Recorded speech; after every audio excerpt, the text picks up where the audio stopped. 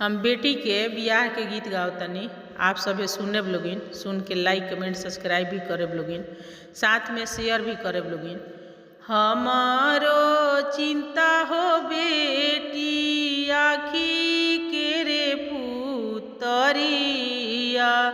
हमारो चिंता हो बेटी आखी के रे पुतरिया। अरे दीनावा हो रेलू हो बेटी भूखिया हो पियसिया।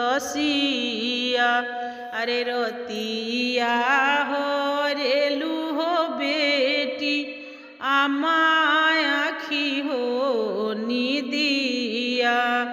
अरे कैसे तेजबू होया माँ हमारा ऐसन हो धियावा। अरे कैसे तेजबू हो चाची हमारा ऐसन हो धियावा। अरे हमसे का पूछेलू हो बेटी फाटेला मोरे करे जावा।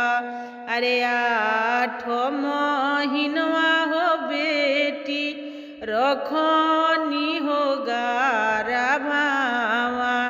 अरे जो बे नौआ पूजले हो बेटी दिहनी तोहरो जा नामावा। अरे तेलवे अबटन में हो बेटी फटले हो चुनरिया।